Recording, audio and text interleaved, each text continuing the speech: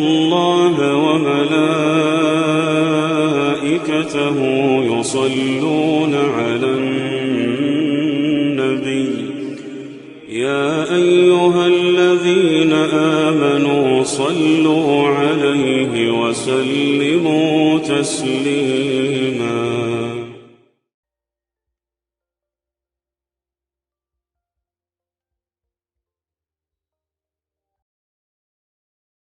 بسم الله الرحمن الرحيم اللهم ارزقني فيه طاعة الخاشعين واشرح فيه صدري بإنابة المخبتين بأمانك يا أمان الخائفين.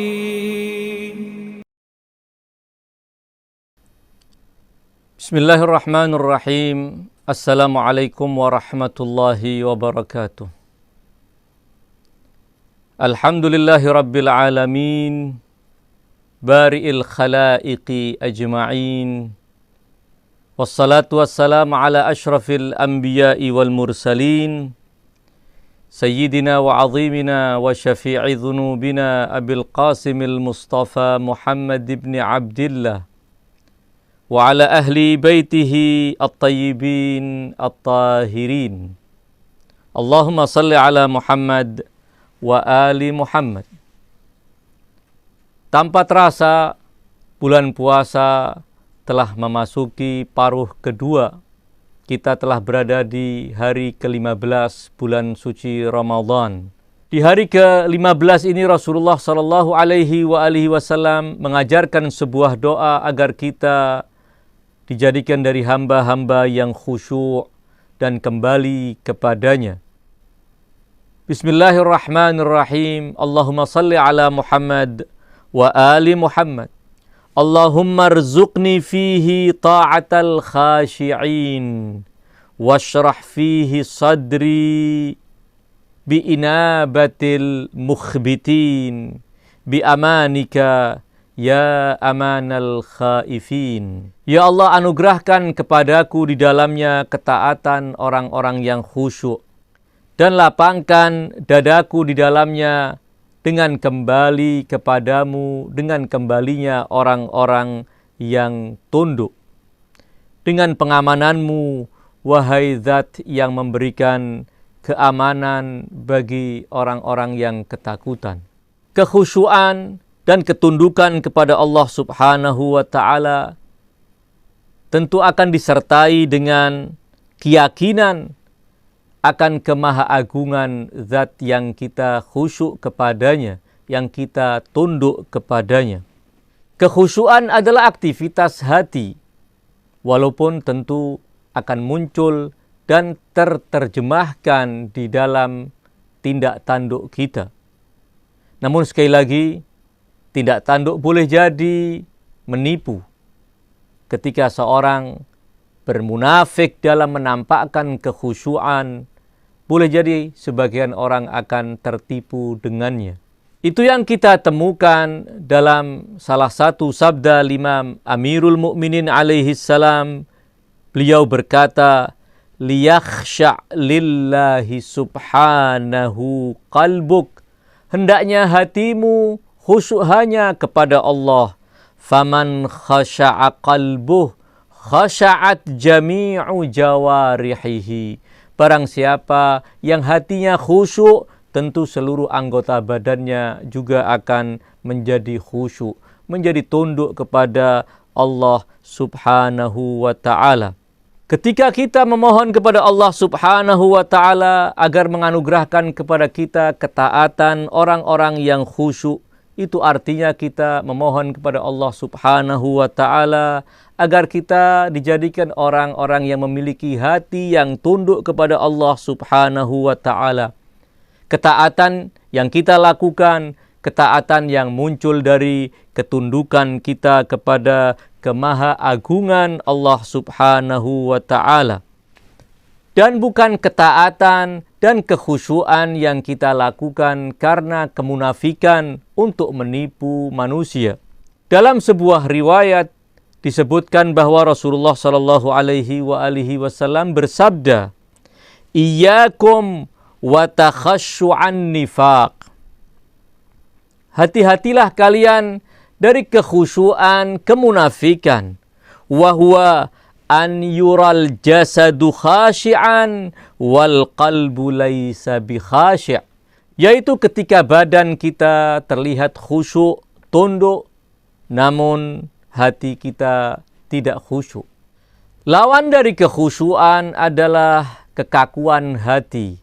Ibadah yang dilakukan dengan kekhusyuan akan mendekatkan hamba kepada Allah Subhanahu wa Ta'ala, akan menjadikan hamba meraih kedudukan istimewa di sisi Allah Subhanahu wa Ta'ala. Sementara hati yang kaku, penghambaannya tidak akan memberikan hasil kecuali jauh dari Allah dan rahmatnya. Permintaan kedua yang diajarkan oleh baginda Rasulullah Sallallahu Alaihi Wasallam adalah agar Allah Subhanahu wa Ta'ala melapangkan dada kita untuk kembali kepada Allah dengan kembalinya orang-orang yang tunduk, orang-orang yang penuh ketentraman jiwa, orang-orang yang khusyuk kepada Allah Subhanahu wa Ta'ala. Washrah fihi sadri biinabatil mukhbitin. Kembali kepada Allah dengan kembalinya orang-orang yang mukhbitin adalah kembalinya orang-orang yang bertaubat. Bertaubat kepada Allah Subhanahu wa Ta'ala. Kembali kepada Allah Subhanahu wa Ta'ala dengan bertaubat dan bertekad bulat untuk meninggalkan dosa dan tidak mengulanginya kembali, dan melaksanakan ketaatan-ketaatan yang Allah perintahkan. Itulah model pertama dari kembali kepada Allah Subhanahu wa Ta'ala. Ada model yang lebih dalam dari itu, kembali kepada Allah Subhanahu wa Ta'ala karena ia menyaksikan bahwa semua urusan, semua perkara yang ada di alam semesta ini kembalinya kepada Allah Subhanahu wa Ta'ala. Kekuasaan hanya ada di tangan Allah Subhanahu wa Ta'ala. Karenanya seorang hamba kembali kepada Allah Subhanahu wa Ta'ala, menyerahkan kepada Allah Subhanahu wa Ta'ala agar Allah menentukan yang terbaik baginya. Ada beberapa ayat Al-Quran yang berbicara dan memuji orang-orang al-mukhbitin. Di antaranya adalah ayat ke-24 dan ke-25 dari surat Al-Hajj. Allah Subhanahu wa Ta'ala berfirman, "Walikulli ummatin ja'alna mansakan liyadhkuru smallahi ala ma razaqahum min bahimatil an'am." Dan untuk setiap umat kami telah jadikan bagi mereka manasik-manasik tertentu agar mereka menyebut-nyebut nama Allah atas anugerah Allah yang Allah berikan kepada mereka berupa ternak-ternak. Fa ilahukum ilahun wahid, dan Tuhan kalian adalah Tuhan yang esa. Falahu aslimu, dan hanya kepadanya lah kalian harus berserah diri. Wabasyiril mukhbitin, dan kabar gembirakan wahai Muhammad kepada orang-orang al-mukhbitin, kepada orang-orang yang kembali kepada Allah, kepada orang-orang yang memiliki kekhusyuan hati di hadapan kemahaagungan Allah Subhanahu wa Ta'ala.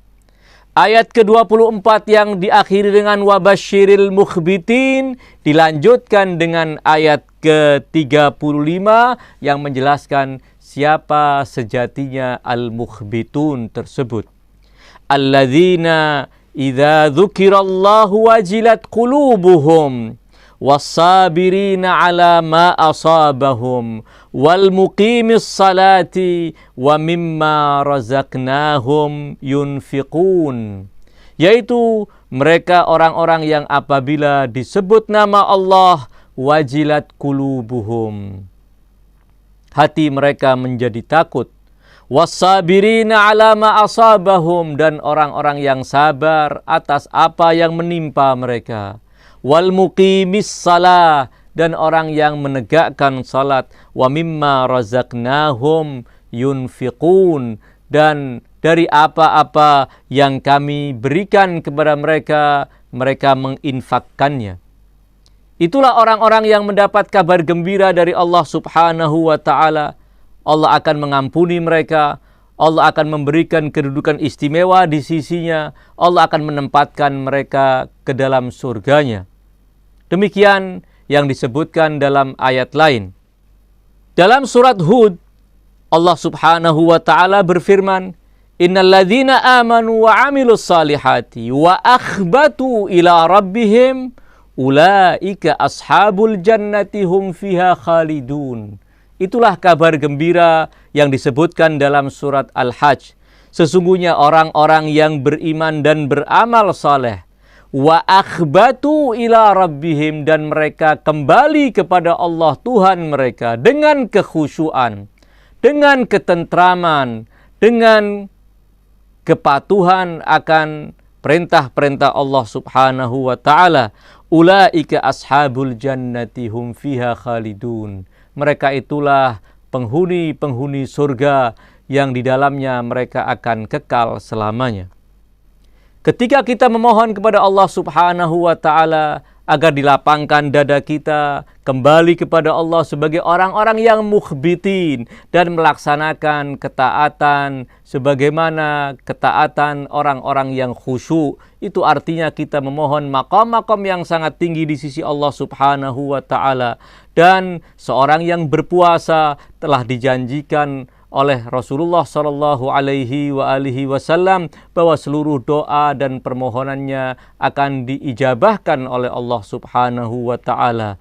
Wa du'aukum fihi mustajab, dan doa kalian di dalamnya akan diijabahkan oleh Allah. Wa sallallahu ala khairi khalqihi ajma'in Muhammadin wa alihi tayyibin at-tahirin wa ghafarallahu lana wa lakum amin.